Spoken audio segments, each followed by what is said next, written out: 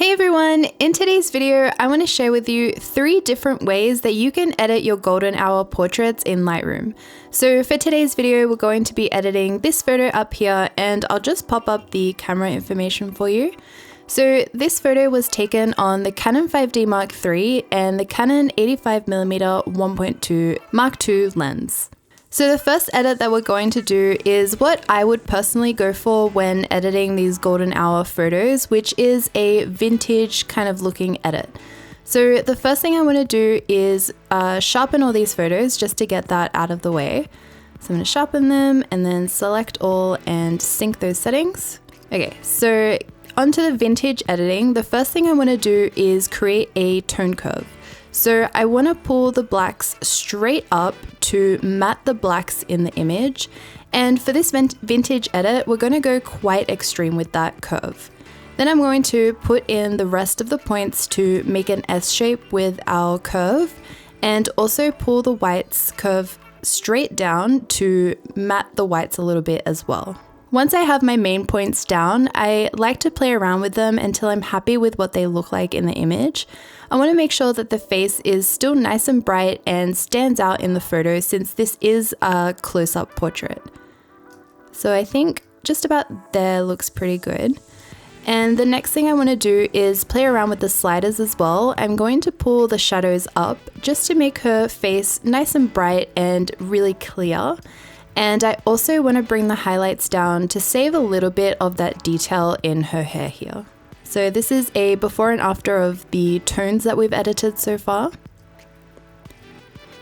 So the next thing I want to do is to bring up the vibrance, because I do want to keep quite a lot of those yellow golden tones in the image, but I also want to bring the saturation down to kind of mute and help with her skin tones a little bit. So I usually go about -10, I think looks pretty good.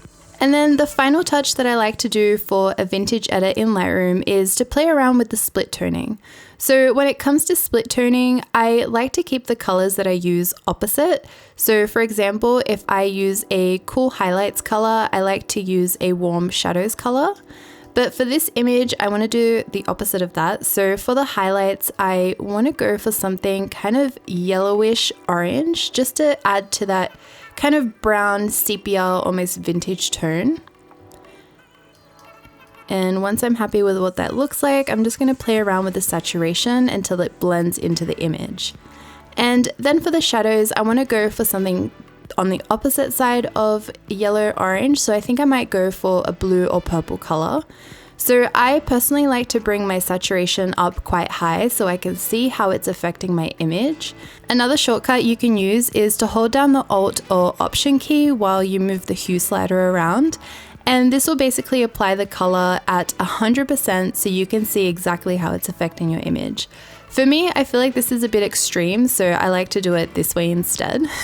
So I'm going to go for like a purpley kind of color. I feel like having a orange yellow highlight and a purple shadows gives your photo a really nice kind of cinematic feel, which is what I want to go for. And once I'm happy with the hue, I just bring down my saturation so it blends out in the image. And that is pretty much all I would do. I will show you a before and after. This is the before and this is the after. Before, after. So the next way you can edit a golden hour portrait is to not embrace the golden tones of golden hour and instead go for something cool toned instead. So a lot of blues and a lot of purples, and quite the opposite of what you would imagine when it comes to one of these sunset photos. So let's move on to our next raw image, and again I want to start with the tone curve and create a nice little S curve. This time I don't want it to be as extreme as the vintage colors curve. I still want to matte the blacks and the whites just a little bit, but not as much as we did before. So again, I've put all my main points down, and now I'm just going to move them around a little bit until I'm happy with what the image looks like. So I think just about there, her face pops out enough, it looks really nice. So the next thing I want to do is bring up my exposure just a little bit, and also bring down my highlights again just to bring that detail back in her hair. I also want to bring the tint up into the pinks just a little bit more, and just there is perfect. And I'll show you a before and after of what those tonal edits look like. There's the before and here's the after. So for the cool tones, I want to use our tone curve, and I'm going to use the blue channel. So in the blue channel, we're going to make a similar S-curve as we did with the tones. So we're going to pull the blacks of the blues straight up. And as you can see, this adds a lot of really beautiful blue tones to the shadows of our image. Then I'm going to go ahead and fill out the rest of the S-curve. I love bringing down the shadows here because it adds this really beautiful golden color. And then bring up the blues in the whites. And again, in the highlights, bring it straight down to add a nice little yellow tone to the highlights. And again, once the points are set down, I like to just move them around until I'm happy with what the image is looking like. So again, here is a before and here's an after. Before, after. And last but not least, the last golden hour edit I want to do is going to be a really vibrant, punchy, high contrast edit. So again, let's start in our tone curve, and once again, we are going to do an S curve, but this time it's going to be even less subtle than the other ones. So for this S curve, I really want to add a lot of contrast into the image. So we're going to go a little bit extreme compared to the other two times. So just about here. A really good tip that I find with the tone curve is moving your dots around little by little and seeing how they affect an image works really well for me, rather than, you know, doing really big edits and it not looking too nice. So just little kind of small tweaks here and there, little by little, I think is a really good way to edit a photo. So I think I like it just there with a lot of contrast. I think looks really cool. And already you can see what a big difference just doing a different S-curve looks like on the same image. So for this photo, I want to bring the tints up into the pinks a little bit. I feel like when you add a lot of contrast to an image, it can look a little bit green. So we're just going to counter that by bringing up the tint. I'm also going to bring the exposure up just a little bit, as I feel like her face looks a little bit dark. And once again, bring down the highlights just to save that hair.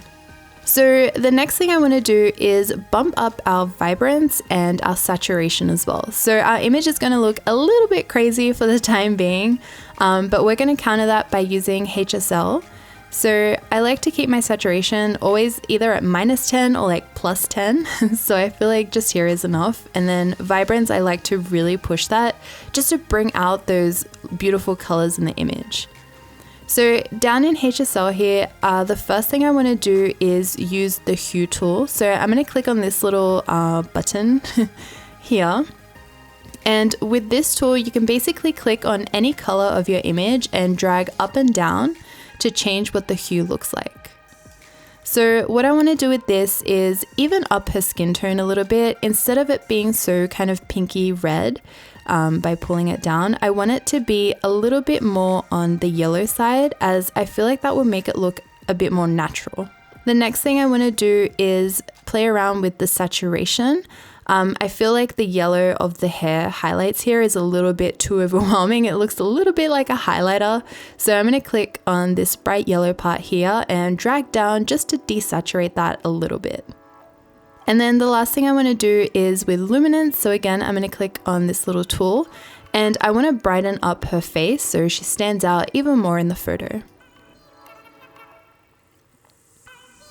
Okay, that's perfect.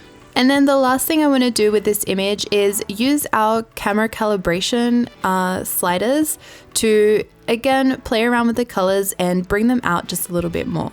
So today I want to focus on the green hue. If you pull it down, it makes the image really kind of yellow. I want to add a bit of like a reddish, pinkish tone to the photo.